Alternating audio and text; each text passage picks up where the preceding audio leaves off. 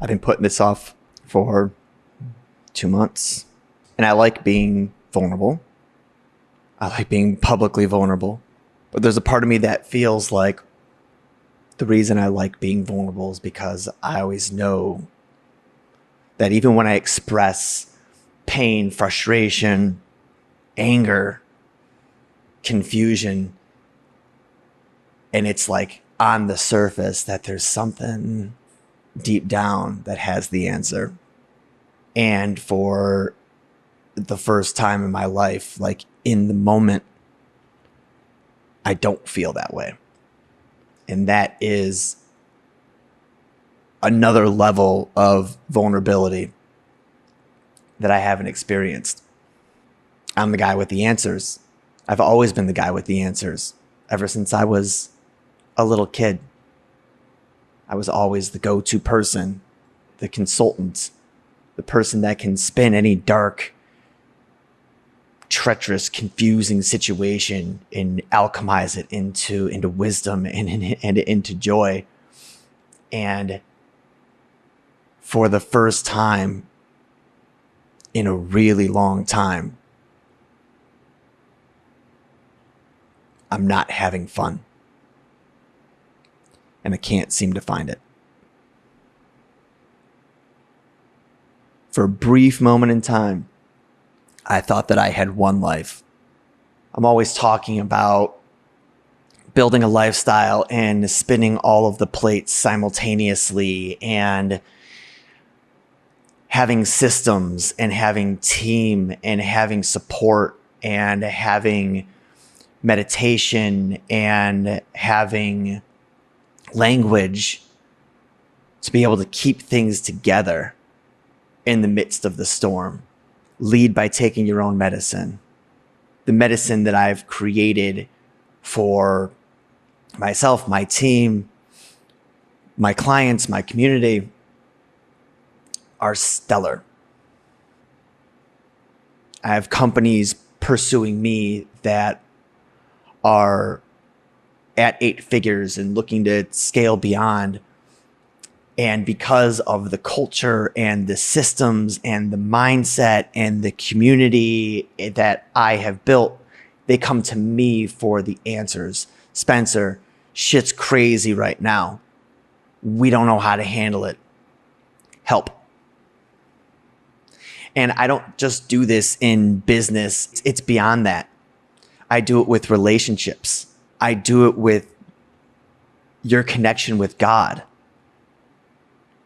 One-stop shop to alchemizing anything painful, fearful, confusing, whether it's on an intellectual level, whether it's on a relational level, whether it's on a spiritual level. I get paid a lot because I have the answers. And for the first time in my life, I don't have the answers.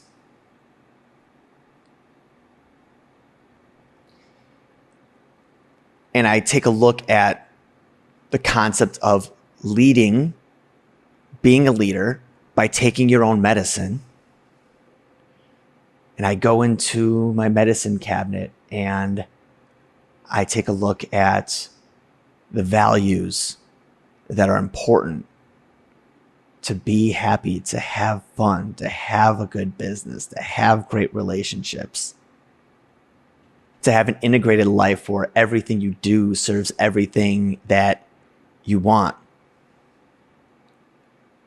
And I audit myself. Am I in integrity? My intentions, my commitments, my actions all being the same thing. Check. Am I loving the shit out of everyone around me? Check. Am I doing my absolute best? Check. And when it's still not working out, what do you do then?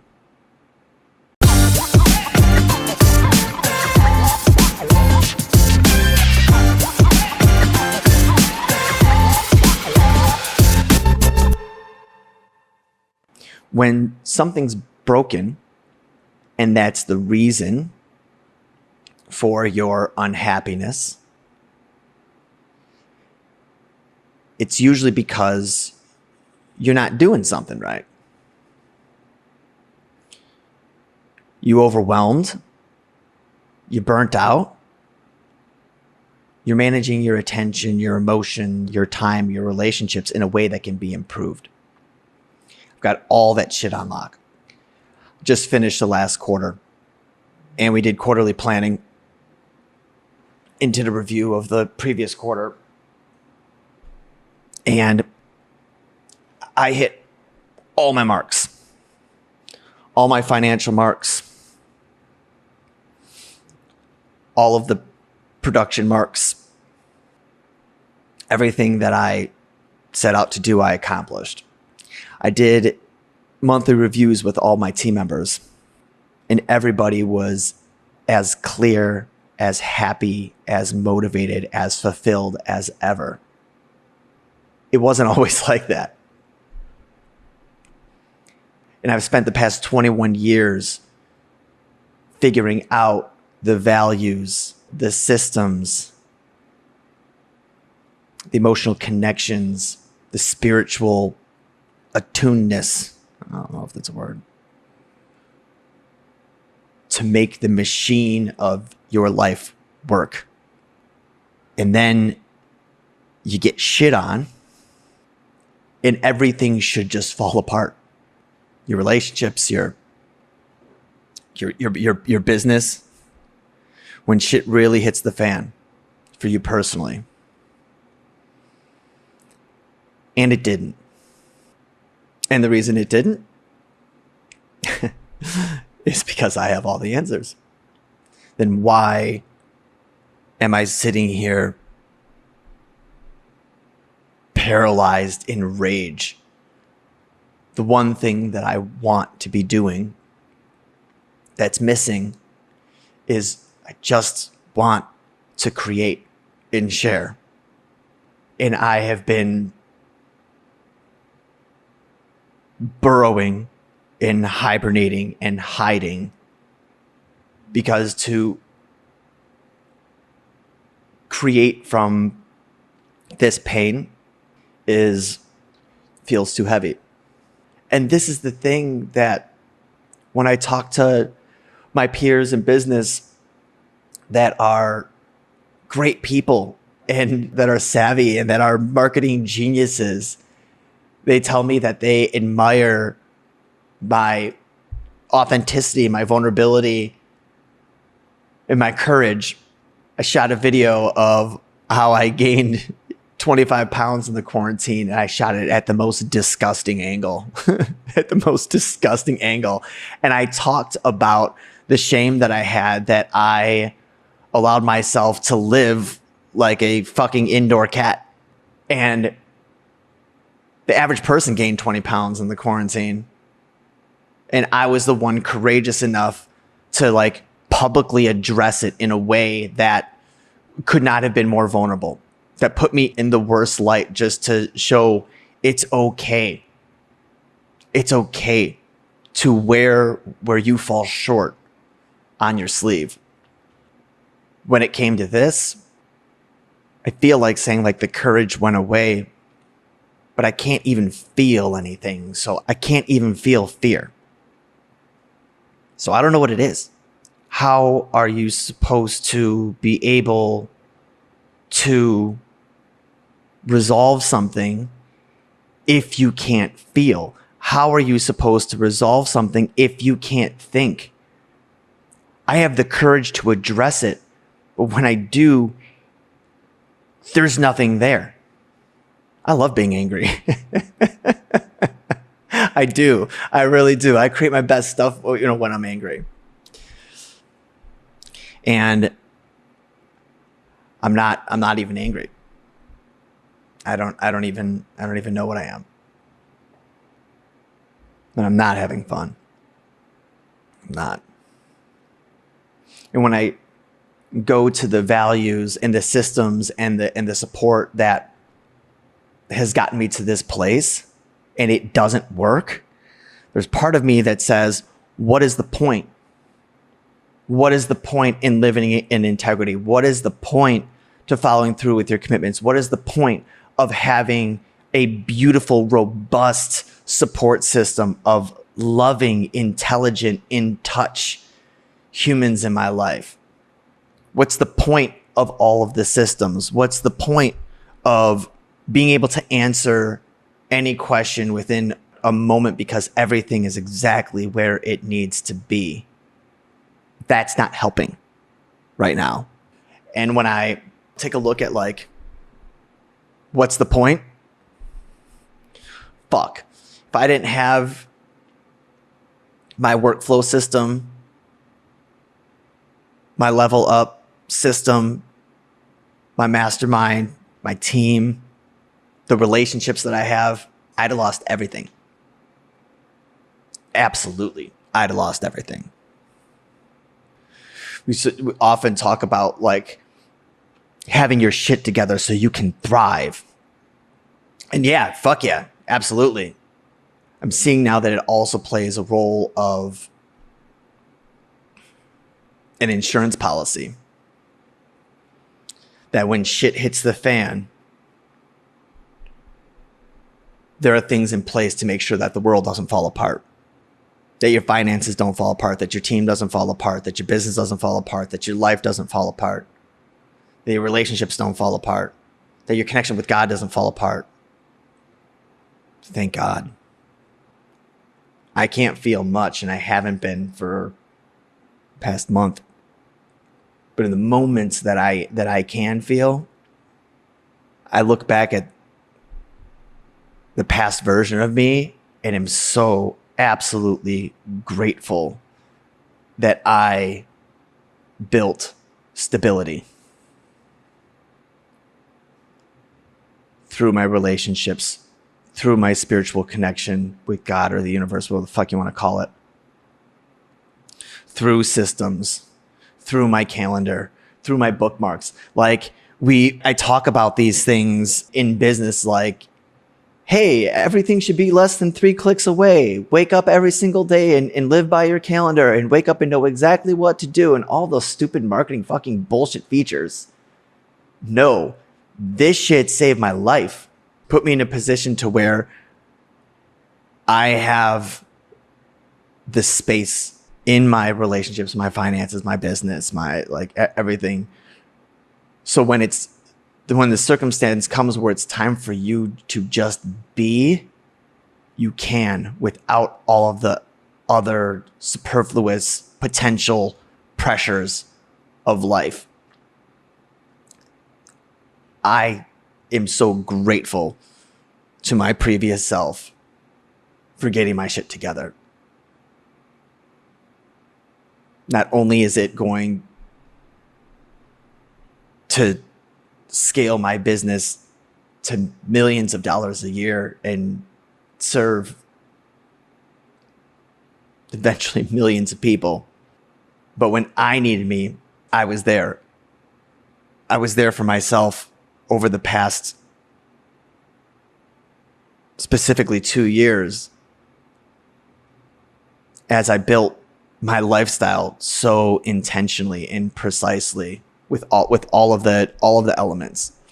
Although there's like a lot of pain, there are no what ifs. What if my integrity was better? What if I tried harder? What if no, none of that. Like I do. What if I loved harder? I do. No regrets. Nothing I would change. And I think to myself, like, this is bad. Fuck. What could it have been? I try to think, but my brain won't turn on. I try to feel, and as soon as there's an emotion, like everything shuts down. That silver lining that I've got the space to do this saves me from the downfall of what happened in my last business, which is it got destroyed, and it took me a decade to rebuild my life again. In my current situation, it's not going to take me a decade to build my life up again. I'm doing it right now. that's happening right now. Not 10 years of hiding and shame, just 1 month. I've wanted to do this, create this specific content, create this podcast for so long, and I was waiting for the perfect opportunity. And I had it. The opportunity where I could put up a giant middle finger to everyone who told me I wasn't smart enough, to everyone that told me that the way that I do things is unconventional, to everyone that told me that there's no way that I could make money with my particular gifts. Put up that giant middle finger to everyone that judged me for my past failures. And I was ready. I was ready. And I planned it out. And right now, this is making me so angry that my camera's out of focus. Fuck everything. I don't care. I don't even care. 2 years ago, I started Level Up, and it started just as healing work with precise language. And then it turned into everything that it is now. And I haven't had a backslide in 2 years. Like, everything just kept ticking up, up, up, up. And I had literally everything. I had just come from, I don't know, 8-week vacation. Not vacation, but like trip of going to San Diego, seeing my friends, taking a week off, going to Joe Dispenza, and going to Tulum for a couple weeks. I had more money than I knew what to do with, spent my ass off, and somehow came back with more money than I had. Got tons of great work done. I went to Costa Rica, my favorite place in the world. And when I was in Tulum, it was everything you think it would be. But, the Tulumis, the spiritual community, oh my God, I can't fucking take it. Oh my God. The spiritually arrogant place for people to congregate and wear drab colors and use fancy spiritual words to let people know that you're in the know, the woke crowd. And I was so fucking sick of it. I hadn't seen the girl that I've been seeing in Costa Rica since the beginning of the pandemic. And that's just like all I wanted to do. So I was like, fuck Tulum. And I came to Costa Rica. And I remember sitting on the top of a mountain in this little casita that had this like little mini pool in it with my girl. And it just meeting after meeting, just crushing, just more good news. And there was a part where I cried out of just joy. I was like, fuck, I'm doing it. I did it. I come back, get back to the real world, and I get a text message on Mother's Day. And she says, "Hey, Spency, can we FaceTime tonight?" Which is not an abnormal thing for her to send. FaceTime all the time. But I knew. I said, "What's up, baby?" She says, "I'm pregnant." I knew. Even though that she was on birth control, I knew. And she was terrified. Like, what if I have to do this on my own? You live in a different country. What are we going to do? And I was like, tell me what you're worried about. She's stressing hard. I'm like, baby, tell me, what are you worried about? And she said, I'm worried that I am not going to be a good mother. I'm worried that you don't want this baby. I'm worried about what your friends and your family are going to think. I'm worried about having to do this on my own. And honestly, part of me thinks that I should just get rid of it. And I said, okay. Like, well, one, I don't want you to get rid of it. Even if you want nothing to do with the baby, like, just please have the baby, and then I'll take full responsibility if that's what you want. So don't worry about that. You're not going to have to do this alone. Are you kidding me? Like, I've wanted to have a baby and a family. It's the only thing I don't have. And what are my friends and family going to think about it? Like, they're going to be terrified. Oh, they're going to freak.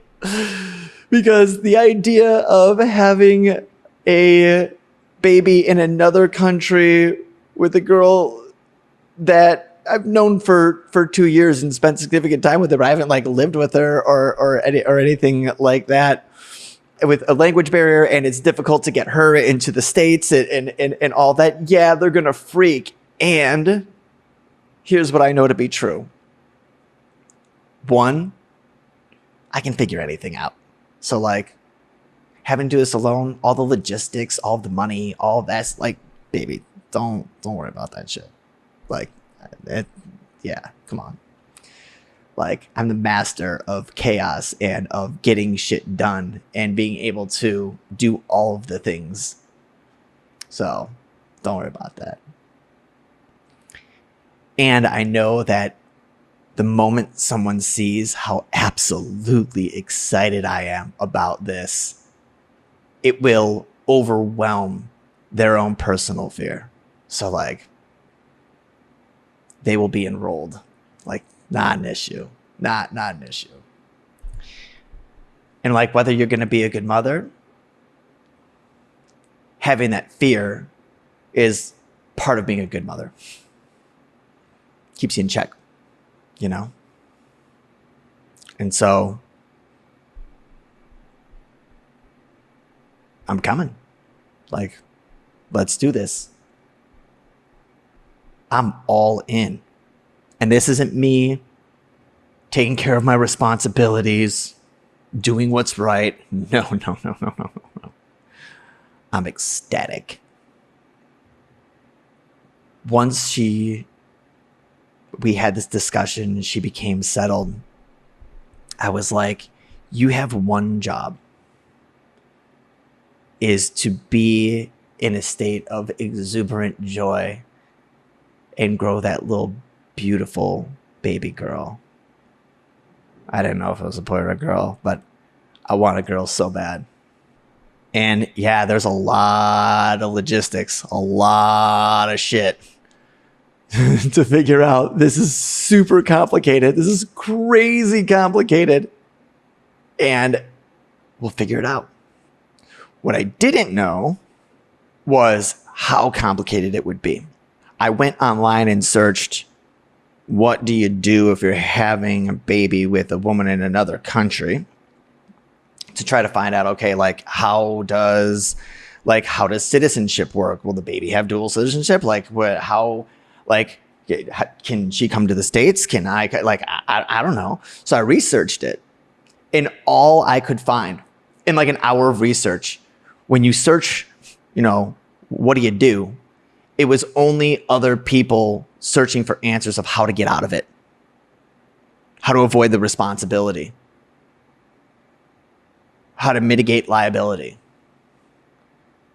And so at that point, I was like, okay, clearly other people have been through this, but nobody has taken the position of being excited about it, And so I was like, all right, cool. I'm gonna have to figure this shit out from scratch. And I got to do it quick. And that's chapter 2. Or that next part is chapter 2. If this video resonated with you and you are ready to scale your growing business, then come join our free Facebook group by clicking the link below.